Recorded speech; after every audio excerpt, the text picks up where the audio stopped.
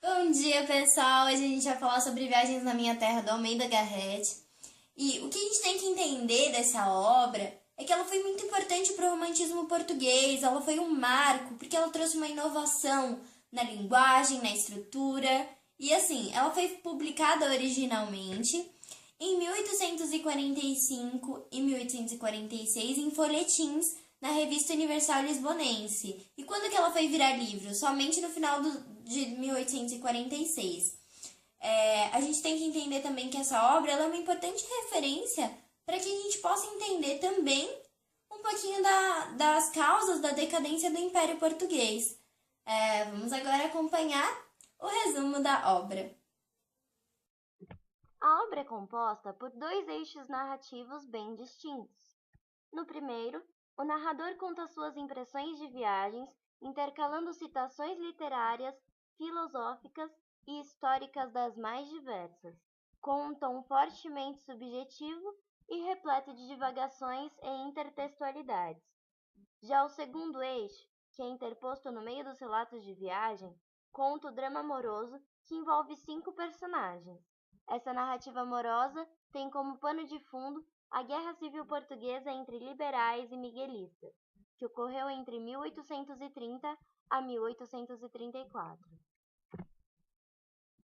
O livro se inicia com o narrador-personagem contando que decidira viajar de Lisboa até Santarém junto a um comboio.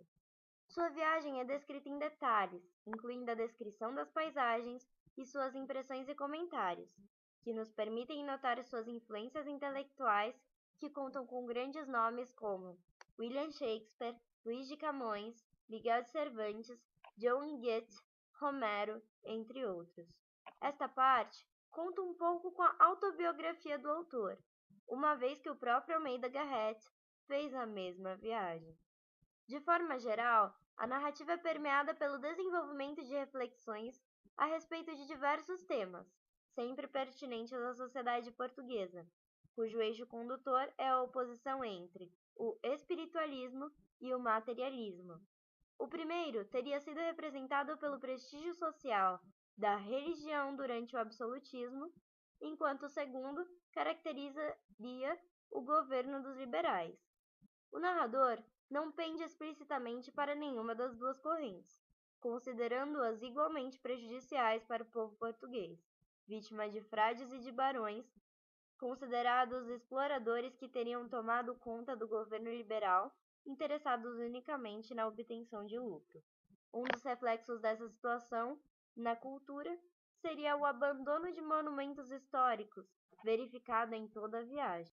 Na segunda parte do livro, descrita como novelista, o narrador chega a Santarém e dá-se início à história de amor entre Carlos e Joaninha, também chamada Menina dos Rouxinóis, de quem é prima. No romance, Joaninha é uma moça que mora apenas com sua avó, Dona Francisca. Semanalmente, elas recebem a visita de Frei Diniz, que traz notícias do filho de Dona Francisca, Carlos, que por suas convicções políticas acabou exilado na Inglaterra. Frei Diniz e Dona Francisca guardam alguns segredos sobre Carlos. Frei Diniz foi um nobre cheio de posses, mas resolveu abandonar tudo e sumir. Quando volta a Santarém, após 2 anos, retorna como frei. O narrador critica essa mudança, pois para ele qualquer um poderia facilmente ser ordenado frei de uma hora para outra.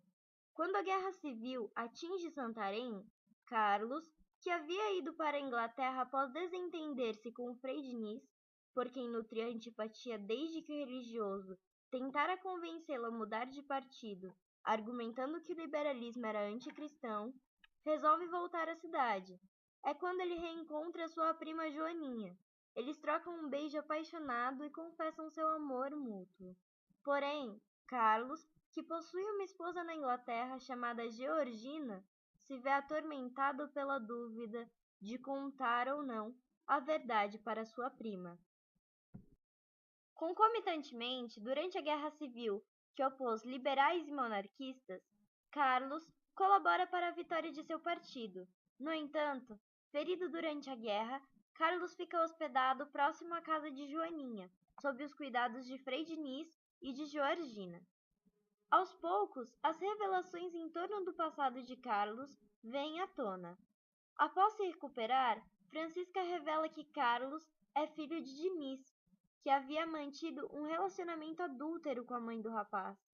Ao saber da verdade, Carlos parte, abandonando a prima, para não submetê-la ao mesmo sofrimento experimentado por outras mulheres que tinham se apaixonado por ele para viver com sua esposa.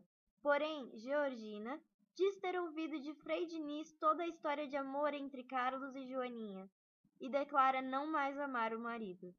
Carlos pede perdão à esposa e diz não mais amar Joaninha, porém Georgina não o aceita de volta. Na parte final, sabemos através de Frei Diniz o destino das personagens.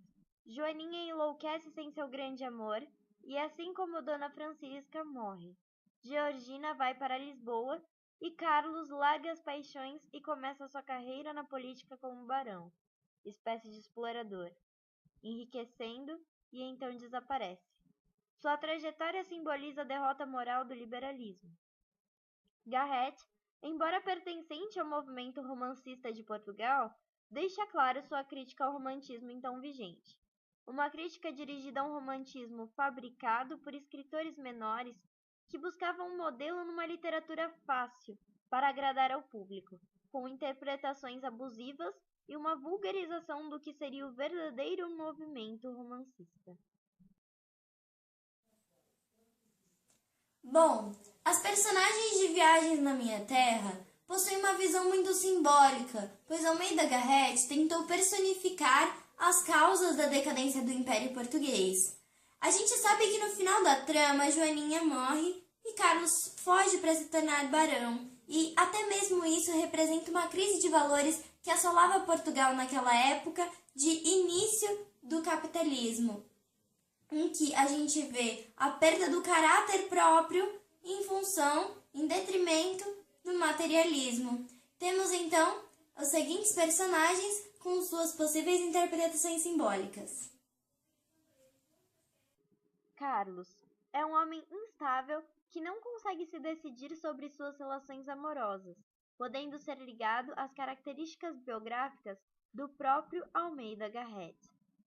Georgina, namorada inglesa de Carlos, é a estrangeira de visão ingênua, que escolhe a reclusão religiosa como justificativa para não participar dos dilemas e conflitos históricos que motivaram sua decepção amorosa. Joaninha, prima e amada de Carlos, meiga e singela, é a típica heroína campestre do romantismo. Simboliza uma visão ingênua de Portugal que não se sustenta diante da realidade histórica. Dona Francisca, velha cega avó de Joaninha, mostra-nos a imprudência e a falta de planejamento com que Portugal se colocava no governo dos liberalistas, levando a nação à decadência. Frei Diniz é a própria tradição calcada num passado histórico glorioso, que, no entanto, não é mais capaz de justificar-se sem uma revisão de valores e de perspectivas. No decorrer da trama, podemos notar que a história retrata a Guerra Civil Portuguesa, que ocorreu entre 1828 e 1834, que também pode ser chamada de Guerra dos Miguelistas, Guerra dos Liberais e Guerra dos Dois Irmãos. Portugal, nesta época, passava pela Revolução Liberal, onde, ocorrendo uma guerra civil entre absolutistas e liberais, nos quais estes saíram vitoriosos, Almeida Garrett se mostrou intrigado pelo movimento que trazia consigo a ideia de liberdade e igualdade. As ideias liberais, em oposição à monarquia e ao mercantilismo, eram consideradas como antinacionais. Os liberalistas, também conhecidos como constitucionalistas, defendiam eleições democráticas, direitos civis, liberdade religiosa e de imprensa, pontos que podem ser associados à história do livro, como, por exemplo, a paixão impossível vivida por um casal de primos, onde a liberdade de viver este amor é muitas vezes limitada por fatores externos. Contudo, Antes dessa disputa político-ideológica entre absolutistas e liberais, houve invasões francesas, napoleônicas e a crise do colonialismo no Brasil. O país foi elevado à condição de Reino Unido a Portugal. Além disso tudo que já aprendemos, devemos nos atentar às características não só literárias, mas também gramaticais desta grande obra. A obra Viagens na Minha Terra tem como principal característica o narrador-autor, em terceira pessoa onisciente. Escrita em 1843 e publicada em 1846, resgata um passado referente à Guerra Civil Portuguesa, que acontece entre 1832 e 1834. Tem como classificação um misto de relatos de viagem histórica e ficção romântica. Possui o efeito de romper a continuidade de um discurso com a mudança de tema intencionada. Citações de outros autores e obras dentro do seu texto também podem ser notadas. Por fim, podemos destacar um diálogo constante com o leitor. A obra de Almeida Garrett foi muito influenciada pela literatura do século XV, que estava voltada para as grandes navegações. Nesse tipo de literatura, a gente tinha a descrição do lugar para que eles iam, o motivo pelo qual eles se deslocavam até lá, a descrição do povo e da cultura que eles encontravam neste novo lugar. E a gente pode ver essa literatura de viagem também nessa época. Na obra do Almeida Garrett, ele soube mesclar muito bem essa literatura de viagem com um romance, em que a viagem ela não servia somente para interligar os fatos, mas sim também como um eixo temático fundamental da obra, em que, principalmente naquele momento de drásticas mudanças no país, ele buscava na paisagem do próprio país entender o que era ser português. Almeida Garrett nasceu na cidade do Porto, Portugal, em 1799, com o nome de batismo de João Leitão da Silva. Durante sua época de estudante de direito em Coimbra, passou a adotar o nome que o tornaria célebre, Almeida Garrett. Participou da Revolução Liberal e ficou exilado na Inglaterra em 1823. Durante esse tempo, casou-se e teve contato com o movimento romântico inglês. Em 1824, mudou-se para a França e escreveu Camões e Dona Branca, obras que inauguraram o romantismo português. Ávido defensor do liberalismo, Almeida enfrenta outros diversos exílios ao longo dos anos. Após retornar definitivamente a Portugal, passa a incentivar a literatura e o teatro, escrevendo inúmeros livros e peças teatrais. É dele, por exemplo, a iniciativa de criar o Conservatório de Arte Dramática e o Teatro Normal, atualmente Teatro Nacional Dona Maria II, em Lisboa. Faleceu em Lisboa no dia 9 de dezembro de 1854.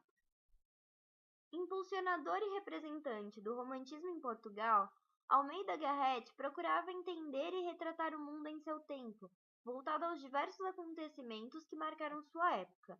Captando a essência do homem burguês liberalista, expressava diretamente sua paixão e emoção, as retratando em suas obras e intervindo ativamente na política nacional portuguesa. Tal sentimento se devia à intensa relação de Almeida Garrett e movimentos revolucionários liberais de sua época e sua participação direta na política, visto que alcançou importantes cargos, como a posição de deputado. Tinha uma visão mais ampla do mundo devido aos seus estudos e suas viagens pela Europa, o que o influenciou fortemente. Suas principais obras são Camões, escrita em 1825, Dona Branca, 1826, Romanceiro, 1843, Cancioneiro Geral, 1843, Frei Luís de Souza, 1844, do Arco de Santana, 1845, e Viagens na Minha Terra, 1846. Bom, pessoal, muito obrigada pela atenção de vocês. Espero que vocês tenham aprendido bastante sobre essa obra e que vocês tirem 10 no vestibular. Não, calma, não dá pra tirar 10 no vestibular. Que vocês acertem todas as questões sobre Viagens na Minha Terra do vestibular. Um beijo!